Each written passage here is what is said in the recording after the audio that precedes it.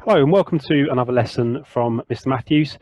Today's lesson is going to be focusing on AQA English Language Paper 1 and looking at question 4. We've looked at questions 2 and 3 from paper 1 in previous videos, and we're moving on to arguably one of the most important questions in the paper, simply because of the weighting of it, worth 20 marks overall. So really important question, but actually I don't think too difficult considering the amount of marks you can get for it. So to start off today's lesson, I'd like you to have a look at the image on display, and I want you to have a think about what you think today's extract could be about based on the image. Think about how the imagery makes you feel and what connotations might we associate with some of the imagery that's displayed to us. That's just to try and help you get in the mindset of the extract and to help you understand the extract a little bit better. Okay, so moving on. If you'd like to write down the title, How Can I Understand and Analyze Imagery in Relation to Writer's Effect? So just to explain our driving question a little bit, we're going to be specifically focusing on how to identify imagery that's used by the writer and the effect that has on the audience in relation to the statement that we're given for this question. So write down the title, and then when you're ready, carry on with the video. Okay, so just very quickly, quick recap. We've got our weighting for this particular section. So we've got two papers. Both papers are worth the same amount, 50% of your overall marks. And this is from section A, which is worth half the marks of paper 1, so that's 25%. And then it's 20 marks out of the possible 80 marks. So this is actually worth 25% of paper 1. So I think that equates to about 12.5% of your marks overall, which is actually quite a significant amount. So what are we trying to do today? We're going to try and recall key terms needed to analyze critically. We're going to try and analyze writer's effect and the overall meaning of the extract, and we're going to try and evaluate the quality of a written response. So, quick glimpse at the layout of the paper. As I said before, we've covered questions 2 and 3 here. So we've covered the section where we have to read a small part and then answer a question in language. We've done the question where we read the whole text and answer a question by structure. And we're now doing this one, which is read a specific section and state analytically whether you agree with the opinion of a student on the text using quotations. Sounds a bit more complicated than it actually is. And here we got a glimpse of the mark scheme. So if we look at the very top band, we should always look at the top band and go downwards. So to achieve between approximately a grade 7 to 9, we would need to be able to critically evaluate the text in a detailed way, offer examples from the text to explain views convincingly, analyze effects of a range of writers' choices, which means evidence, and select a range of relevant quotations to validate views. So that's just ensuring that we're using lots of quotations throughout.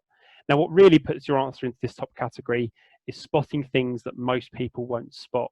So some of the more nuanced things you might spot in a quotation or an idea, linking complex ideas together, that's going to hit that top band there. But really, everyone should be aiming for the level 3. Really, that's what's going to sort of benchmark you as an above-average student. And that really, the bits in bold are the key bits there. Just be clear and consistent when writing your paragraph. Okay, so just make sure you're making clear points, you're giving clear evidence, and then you're analysing 1 or 2 ideas about each thing that you mentioned. Is probably going to put you in that category there.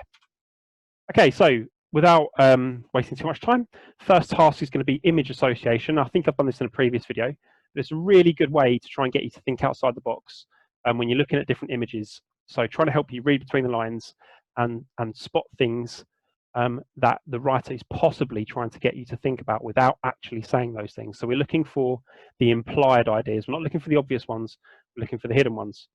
So pause the video on each image after I've spoken, and then write down your ideas. So just write down as many connotations that you can get from the image and the phrase or word that you can think of, and then resume the video when you're ready to carry on. So without further ado, I'm going to move on to the first image.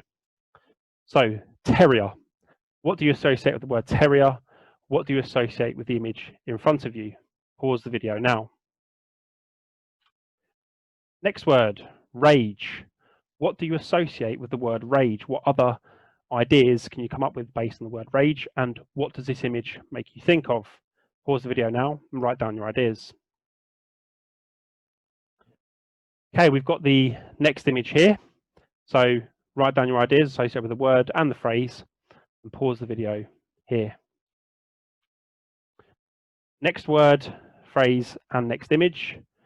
Pause the video, write down your ideas. Next phrase, flopping like a fish, with a very powerful image. What do you associate with the phrase? What do you associate with the image? Pause the video now, write down your ideas. White and shrunken, what do you associate with this phrase? What does it make you think of? And similarly, same with this image. Pause the video now, write down your ideas.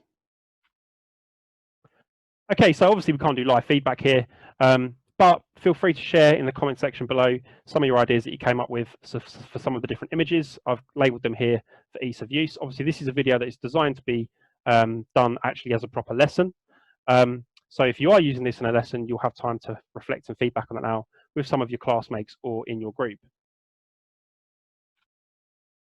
Okay, so we're going to continue with this idea of looking for implied or hidden things.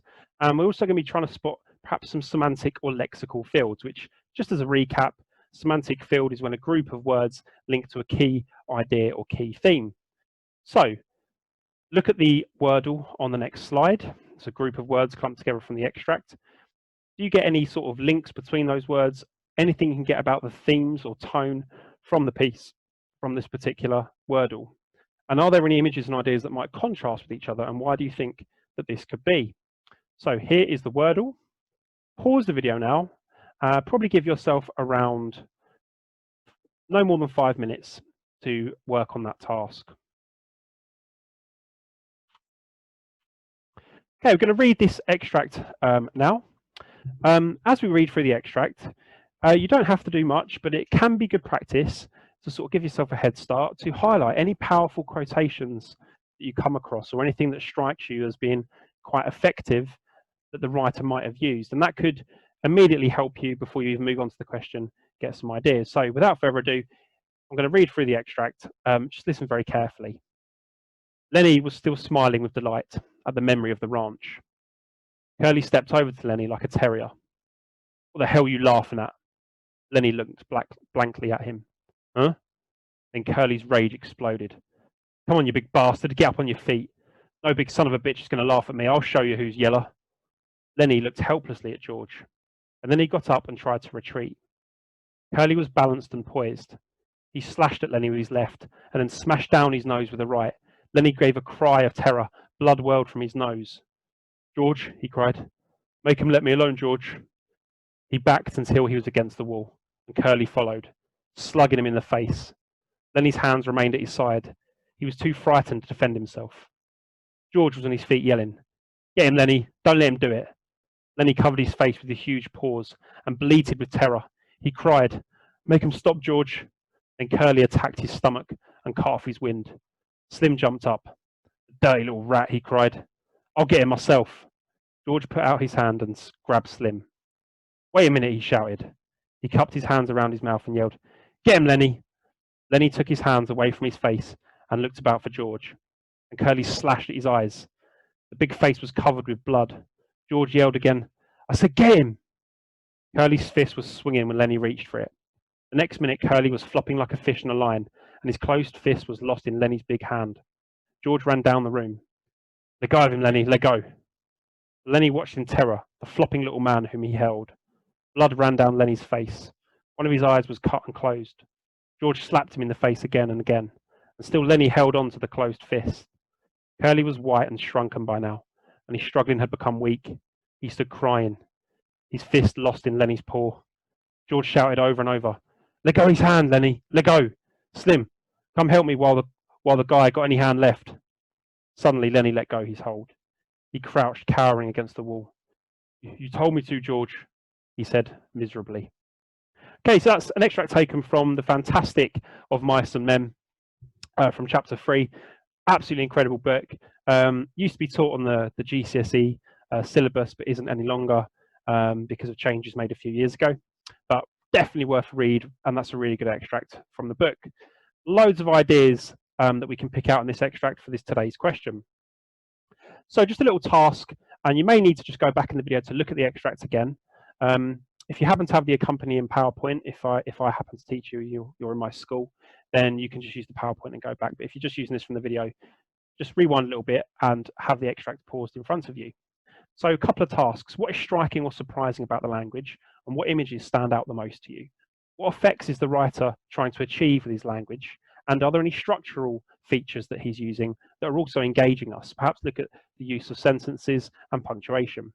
And very simply, what is the passage about, and what is the subject matter of the passage? So what is actually happening in this passage, and what's the overall thing that's trying to be achieved by the writer?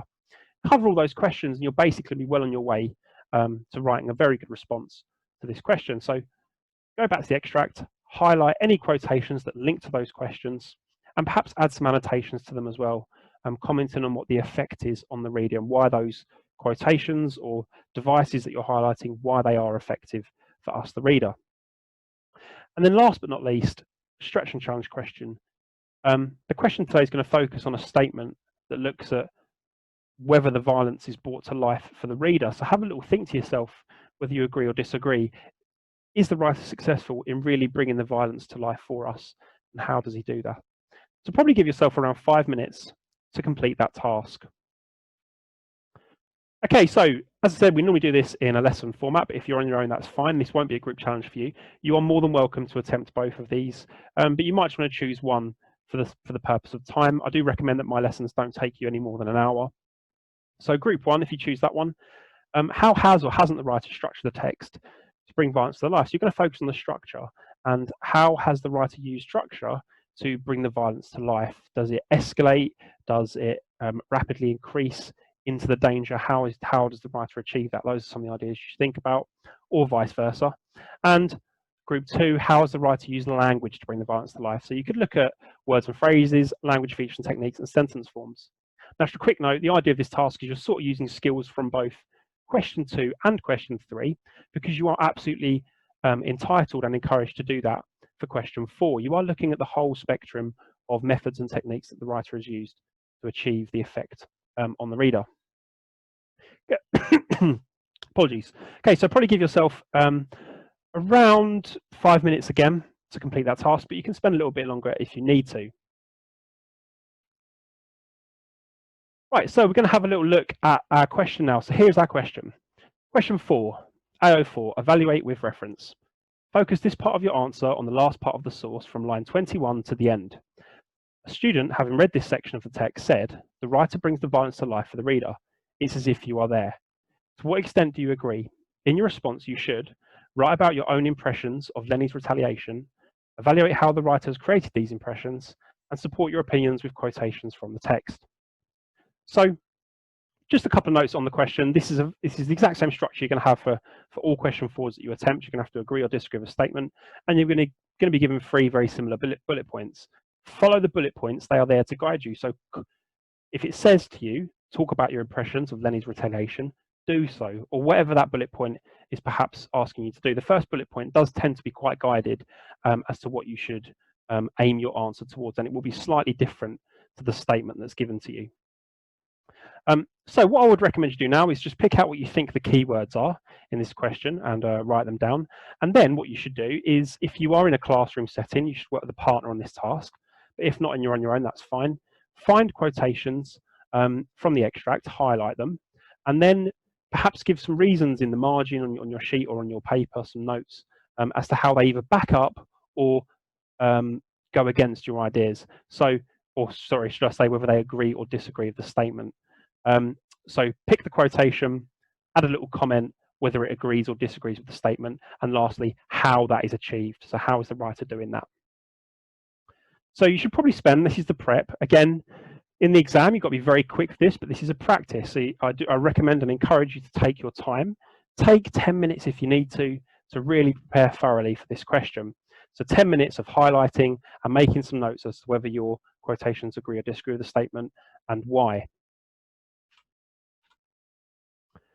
Right, so you should now attempt this question, but I'm going to give you a bit more help and support in the next few slides. So as I said before, I would give you a little bit of help and support with this question. So we're going to go back to the extract now, and we're going to look at a few things I've just spent some time highlighting. I did this in real time, so I probably spent no more than literally 2 minutes picking out these quotations that I found that link to whether the violence is brought to life for the reader. Now, I'm going to tell you my stance. My stance is yes, the writer definitely does, in my opinion, bring the violence to life for the reader, and he does that in a multitude of ways. So the first quotation I've highlighted is the next minute Curly was flopping like a fish in a line. So obviously we could pick out the technique that's being used there as a simile, and he's comparing Curly to a fish. Now obviously when a fish has been taken out of water, it'll be flopping around almost helpless. So we get this image of a small animal, and there's a lot of animal comparisons in this, which is also interesting. So he's compared to this small, helpless animal that is out of its natural environment. And that definitely creates the idea of somebody out of their depth in this violent situation. And then we've got the next one, and his closed fist was lost. So the fact he's got a closed fist signifies that he is attempting to be violent, but that fist is actually lost in his opponent, who is Lenny's hand. So it just shows the power of Lenny, and that's emphasized in this really simple way of saying Lenny's big hand. Next quotation, it's actually not just one quotation here, but I highlighted let go of him, and that is some dialogue that's used several times. So let go of him, let go his hand, let go. The fact that somebody, and that's an abbreviation of let go, he keeps repeating and shouting at him to let go, highlights that this situation is getting way out of hand and is almost uncontrollable. The fact that he's ignoring him shows that his violence has almost gone beyond control. So that's a really good idea that you could perhaps talk about in your paragraph. The next quotation that I picked out was, watched in terror, flopping little man whom he held. So the fact he's a flopping little man, we can go back to that previous comparison of a fish. The fact he's flopping, again, illustrates he's out of his comfort zone and he's almost out of energy. And is completely susceptible to the violence that he's being subjected to. And the fact he's being held. So that highlights the size comparison again between the two. Now, the next quotation I picked out was that Curly was white and shrunken by now. This, I thought, was an effective quotation in showing the transformation of Curly, that he's now, if he's going white, we can infer that he's perhaps losing blood, that he's scared. There's lots of connotations we can look at the fact that he's turning white, and that the idea that he's shrunken, he's almost shriveling up, and the life is escaping from him in this very moment. Then the quotation, he stood crying. So the fact we've got a grown man crying emphasizes the pain and suffering that he's being subjected to in this particular scene. And then we've just got the two quotations I referenced previously, which was let go, let go. Okay, so we're on to the question now. I've given you lots of ideas that you can work with, and you've hopefully got some of your own as well. But you should spend about 20 minutes now answering this question on a piece of paper in your books. Now, you should try and write between 5 and 6 peel paragraphs, or whatever structure you use in your paragraphs. Or you don't have to do that. If you're going for the top marks, actually, your writing might be more free-flowing, and you might have several ideas in one paragraph if you're using them to link your ideas together. But really what I'm looking for is that you're analysing at least 5 or 6 really good examples from the text. It doesn't matter so much about how many paragraphs that's in. Just remember to use a format that is going to encourage you to expand. So let me just explain what I mean by that quickly before you start. So make a clear point and link that to the question. So you might say something like, I do agree that the writer does indeed bring violence to life for the reader. And then you're going to use some evidence. This can perhaps be illustrated by, or try and embed the quotation, and so give the reference that you're going to refer to. And then you're going to explain what that quotation is showing you and how it's violent. And then the important part, try and expand on that. So try and zoom in on some keywords or key ideas or some hidden inferences that we can make. So I mentioned in the previous part about looking at how he was white and shrunk, and you could do the connotations of white, talking about how the life has been drained out of him and sucked out of him. However, you might also say that it's because the blood is quite literally disappearing from his body. And that will be your expanding. So just make sure you do that to try and show that you're really analysing the language or structure, or whatever it is, in detail and depth. So spend 20 minutes on that and then finish up. And then once you're finished, just give the mark scheme a quick look at and try and have a little guess at where you'd fit into. So try and work out based on your response whether you would be a level 1, 2, 3 or 4. So is there some evaluation in your writing? If you need to, ask your parents to look over it, or a friend or a classmate, whoever you need to, and try and ask them to see where you might fit into. So are you giving clear examples? Are you clearly evaluating? Or is there just some evaluating and some examples?